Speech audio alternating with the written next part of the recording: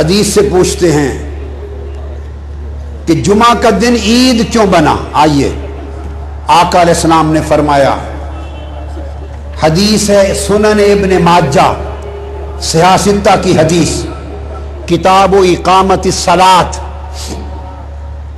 طبرانی المعجم الاوسط،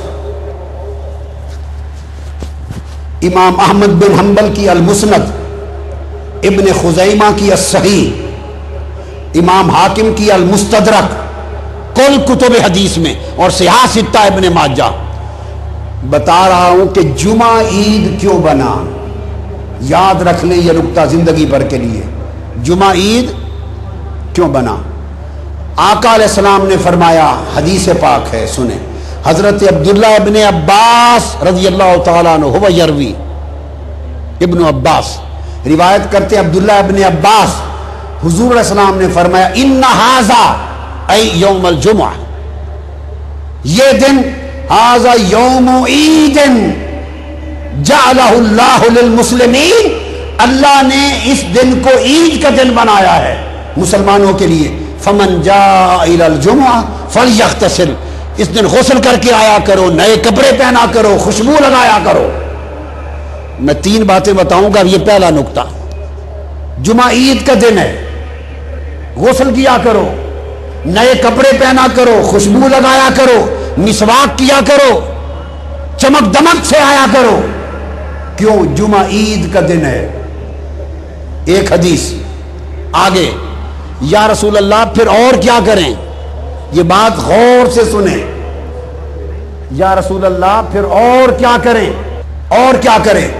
دوسری حدیث سنن ابی داؤد کتاب الصلاۃ باب فضل یوم الجمعہ، اور سنن نسائی کتاب الجمعہ، اور ابن ماجہ کتاب و اقامت الصلاۃ، حضرت اوس بن اوس روایت کرتے ہیں رضی اللہ تعالی عنہ۔ پہلی بتایا، حضور نے فرمایا جمعہ عید کا دن ہے، اللہ نے بنایا ہے۔ اب یہ تیسری عید ثابت ہو گئی یا نہیں؟ بولیے، تو 2 کہاں گئی پھر؟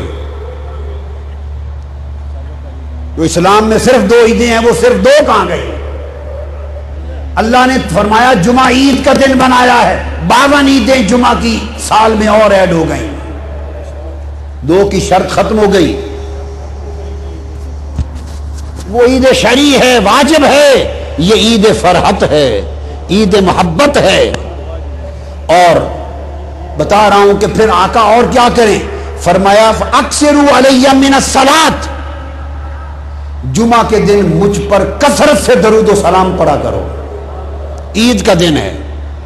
فرمایا جمعہ عید کا دن ہے، نہایا دھویا کرو، نئے کپڑے پہنا کرو، اور کثرت سے مجھ پر درود و سلام پڑھا کرو۔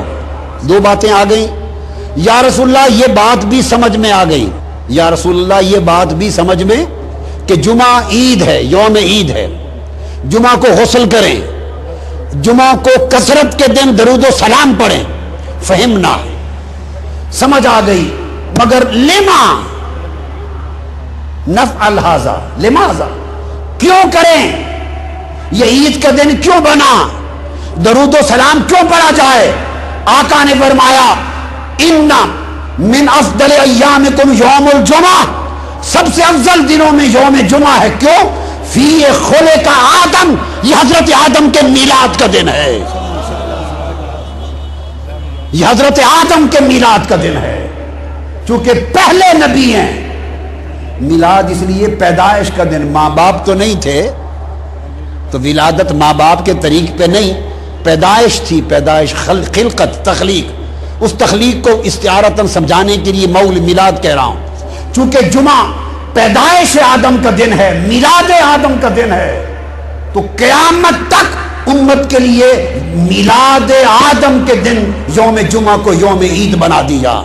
ارے لوگو، جس دن حضرت آدم کی ولادت ہو وہ یوم عید بن جائے، اور جس دن مصطفیٰ کا میلاد ہو، جن کے صدقے خود آدم کی توبہ قبول ہوئی، اور جن کے درود کے صدقے ان کا نکاح ہوا، اس نکاح سے آپ اور ہم حلالی پیدا ہوئے، ہم پیدا ہوئے، ہم جو حلالی اولاد بنے حضرت آدم کی، اس کی وجہ بھی درود و سلام مصطفیٰ ہے۔